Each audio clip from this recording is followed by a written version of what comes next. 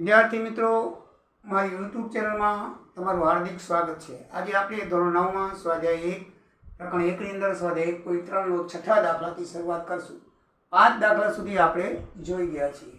દાખલા નંબર 6, જેમાં P અને Q ને એક સિવાયનો કોઈ સામાન્ય અવયવ હોય તથા જેની દશાંશ અભિવ્યક્તિ શાંત હોય તેવા P છેદ Q,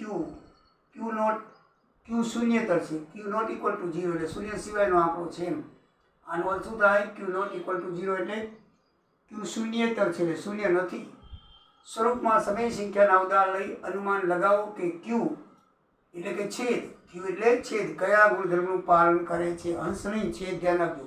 Q કયા ગુણધર્મનું પાલન કરે છે. તો પહેલા આપણે થોડાક સમય સંખ્યાના ઉદાહરણ લઈ અને થોડાક સમય થોડાક અસમય. પાર્ટ 1 સમયનો છે, પાર્ટ 2 અસમયના ઉદાહરણ છે.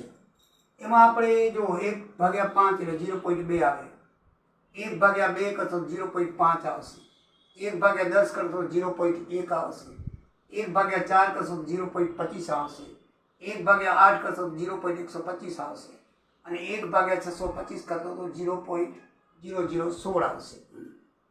તો આ બધી સમય સંખ્યાઓ છે અને દશાંશ અભિવ્યક્તિ છે. કેવી છે? દશાંશ અભિવ્યક્તિ, શાંત દશાંશ અભિવ્યક્તિ કહેવાય, કારણ કે શેષ શૂન્ય થઈ જાય છે બધીમાં, એટલે હંમેશા સમય સંખ્યા હોય, શાંત દશાંશ અભિવ્યક્તિ કહેવાય. એમાં તમે માર્ક કરજો. જુઓ, અહીંયા 5 ની 1 ઘાત છે, છેદમાં જોવાનું છે આપણે. Q છેદ કયા ગુણધર્મ પાલન કરે એ જોવાનું છે. અહીંયા 5 છે એ 5 ની 1 ઘાત છે, અહીંયા 2 છે તો એ શું છે? 2 ની 1 ઘાત છે. તમે જોઈ લો, 5 ની 1 ઘાત, 2 ની 1 ઘાત. પછી આ 10 ના 2 ભાગ પાડો, એ પણ 5 ગુણ્યા 2 તો 2 ની 1 ઘાત ગુણ્યા 5 ની 1 ઘાત બરાબર 10 થશે. એવી રીતે આ 2 છે, 4 છે એ 2 નો વર્ગ થશે. એવી રીતે આ 8 છે એ 2 નો ઘન થશે. 125 છે એ 5 નો ઘન થશે. બરાબર છે? 5 ગુણ્યા 5 ગુણ્યા 5, બરાબર ને? અને 625 છે એ 5 ની 4 ઘાત થશે. કેટલી થશે? 5 ની 4 ઘાત. લખો તો લખી નાખીએ, હાલે. 5 ની 4 ઘાત છે, બરાબર ને? આમ જે Q છે ને, એટલે આ બધું Q કહેવાય, છેદમાં એ Q કહેવાય. એટલે Q એ શું આવે છે? કાં તો 2 ની 5 ઘાત આવે છે, કાં તો 2 ની ઘાત આવે છે, કાં તો 5 ની ઘાત આવે છે. તમે જોઈ લો, આ 5 ની ઘાત 2, 5, 2, 5, 2, 2, 5, 5. 2 અને 5 સિવાય બીજો કોઈ આંકડો આવતો નથી. કાંઈ 2 નો ઘાત આવે છે, કાં તો 5 ની ઘાત આવે છે. જોયું તમે બધાએ?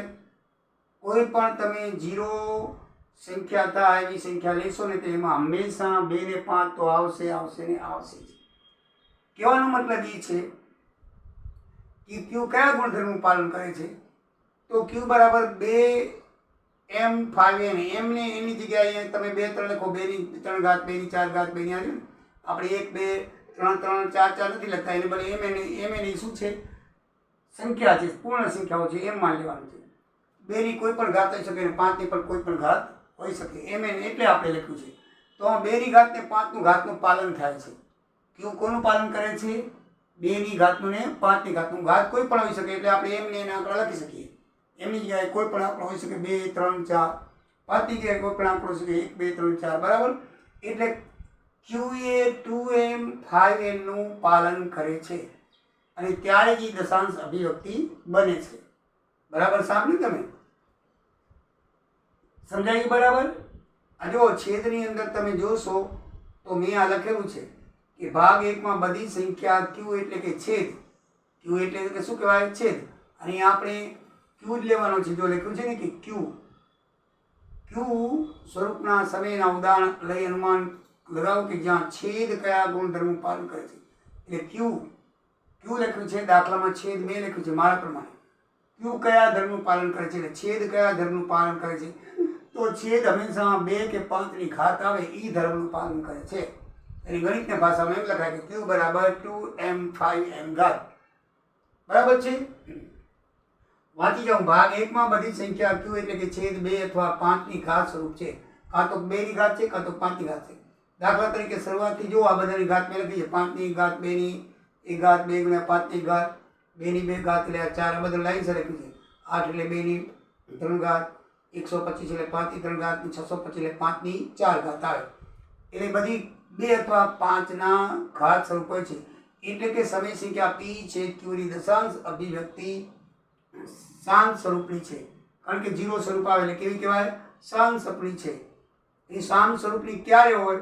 શાંત સ્વરૂપની ત્યારે જ હોય જ્યારે છેદ એટલે કે q 2m5n હોય ત્યારે. એટલે કે છેદ હંમેશા 2 ની અથવા 5 ની ઘાત હોય તો જ એ શાંત સ્વરૂપની હોય, નક્કી હોય નહીં. તો મિત્રો આ સ્વરૂપનું પાલન કરે. q બરાબર 2mn ઘાતનું પાલન કરે છે. 2m5n હોય એવું પાલન કરે છે. સમજાઈ ગયું? હા, એટલે કહેવાનો મતલબ સમય સંખ્યા છે એ છેદની અંદર 2 અથવા 5 ની ઘાત એ જ આંકડો આવતો હોય તો જ એ શાંત સ્વરૂપ થાય, નહીં તો થતું નથી. એટલે છેદ છે ને એ આ ધર્મનું પાલન કરે છે. જ્યારે ભાગ 2 ની અંદર તમે જો 1/3 એટલે 12 આવે. પુનરાવર્તિત સંખ્યાઓ બધી 1 6 1 6 12 18 વાળો 12 આવે. અહીંયા બધું વાળો આ બધી આપણે જોઈ ગયા છીએ. આગળ એ જ ઉદાહરણ મેં લખ્યા છે. હા, આ બધી જોઈ ગયા છીએ. તો એ બધી અનંત આવૃત સંખ્યાઓ છે. અને અનંત અનાવૃત સોરી એ બધી અનંત અનાવૃત સંખ્યાઓ છે. કઈ છે? અનંત અનાવૃત સંખ્યા એટલે અસમય સંખ્યા કહેવાય. અને અનંત આવૃત કે શાંત દશાંશ અભિવ્યક્તિ સમય સંખ્યા કહેવાય. આ બરાબર યાદ રાખજો કે દશાંશ અભિવ્યક્તિ અને અનંત આવૃત, અનાવૃત નહીં, બરાબર છે? અનંત આવૃત સંખ્યા છે એ સમય સંખ્યા છે. અને અનંત અનાવૃત ના આવે છે અનાવૃત એ અસમય સંખ્યાઓ છે. આ બધીમાં આનું પાલન થતું નથી. q કોઈ પણ પાલન કરી શકતો નથી. બરાબર? અલગ અલગ છે એમાં. બરાબર છે ને? આ q બરાબર નોટ ઇક્વલ ટુ 2m5 2 કે 5 કંઈ આવતું જ નથી. એટલે એ સમય સંખ્યાઓ નથી.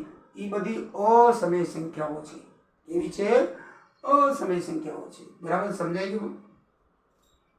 દાખલા નંબર 7. દશાંશ અભિવ્યક્તિ અનંત અનાવૃત હોય તેવી 3 સંખ્યા જણાવો. અનંત અનાવૃત એટલે કે કઈ સંખ્યાઓ? અસમય સંખ્યાઓ લખવાની.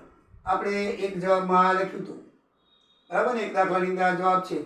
તમે કોઈ પણ આંકડો લઈ શકો આમાં 0.15 કે 16 17 લખીને પછી એક જીરો વધારતા જાઓ. 150 1500 15000 એમ 50 500 5000 160 1600 16000 એમ એક આંકડો વધારતા જવાનો.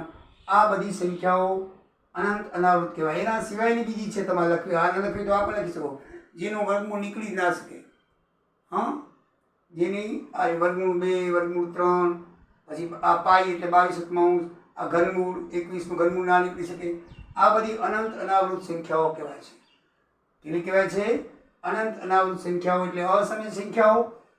અને દશાંશ અભિવ્યક્તિ અને અનંત આવૃત સંખ્યાઓ એટલે કે સમય સંખ્યાઓ કહેવાય. બરાબર ધ્યાન રાખજો. સમય અસમયમાં અનંત અનાવૃત એટલે આવી બધી સંખ્યાઓ અસમય સંખ્યાઓ.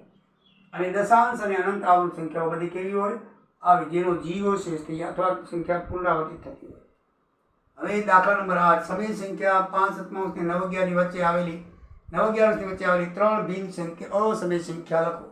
તો આપણે આ આગલા દાખલામાં જોઈ ગયા છીએ 5/7 એટલે 700 285 થાય.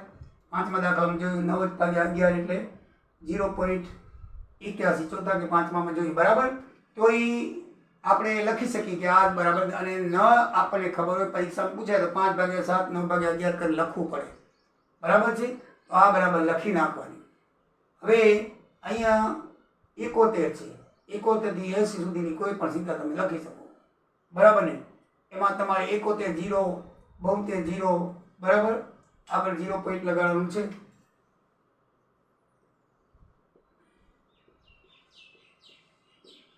કોઈ પણ સંખ્યા તમે લખી શકો. હા, બરાબર ને? 0 પોઈન્ટ લગાડીને 710 71 1 મિનિટ 72 કરીને 720 73 કરીને 730 1 મિનિટ 750 કરીને 1 મિનિટ 780 કરીને 1 મિનિટ વધારતા જાઓ.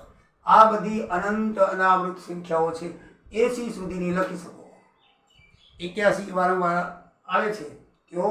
એ 0.71 થી 0.81 છે. એટલે 81 વારંવાર આવે છે. એટલે કહેવાનો મતલબ એ કે 71 થી 80 સુધીની તમે લખેલો. આપણે 78 સુધીની લીધી. હજી પણ લખી શકાય. આપણે 3 લખવાની કે મેં 5 લખી નાખી. તમે કોઈ પણ લખી શકો છો. 71, 72, 73, 74, 75, 76, 78, 79, 80 વાળી, બરાબર છે. કોઈ પણ તમે લખી શકો છો, બરાબર. દાખલા નંબર 9, નીચેની સંખ્યાઓ સમય છે કે અસમય વર્ગીકરણ કરો. તો પહેલી જે સંખ્યા છે એનું વર્ગમૂળ નથી નીકળી શકતું, બરાબર છે ને. એની સંખ્યાઓ છે અનંત ચાલ્યા કરશે, વર્ગમૂળ 23 એનું નીકળતું જ નથી, એટલે 3 વર્ગમૂળ ના નીકળે, એટલે હંમેશા કેવી હોય? અનંત અનાવૃત હોય, એટલે અસમય છે. નંબર 2, એનો વર્ગમૂળ નીકળી શકે છે 15, એટલે સમય કહેવાય. આને પી છેદ ક્યુમાં લખી શકાય, પોઈન્ટનો એકડો કરી નીચે 10,000 લખી નાખો, એટલે એ સમય કહેવાય. આ 7.47 478 એટલે 478 પુનરાવર્તન છે, બરાબર છે. એટલે અનંત આવૃત છે. કેવી છે? અનંત અનાવૃત નહીં, અનંત આવૃત છે. એટલે એ પણ સંખ્યા કેવી કહેવાય? સમય સંખ્યા કહેવાય, બરાબર છે. 12 વાળી સંખ્યા કેવી કહેવાય? 12. આમાં કોઈ 12 વાળી સંખ્યા નહીં આવે, અનંત અનાવૃતમાં કોઈ નહીં આવે. પછી આ જો આના જેવી છે, 1 પોઈન્ટ કરી 10, 101, 2 મિલા છે ને, પોઈન્ટ 10, 100, પછી 1000, પછી 10,000, અહીં 1 પોઈન્ટ 10, 110, 1000, એમને મીના વધારતા જવાના છે. તો એ કેવી કહેવાય? અસમય સંખ્યા કહેવાય.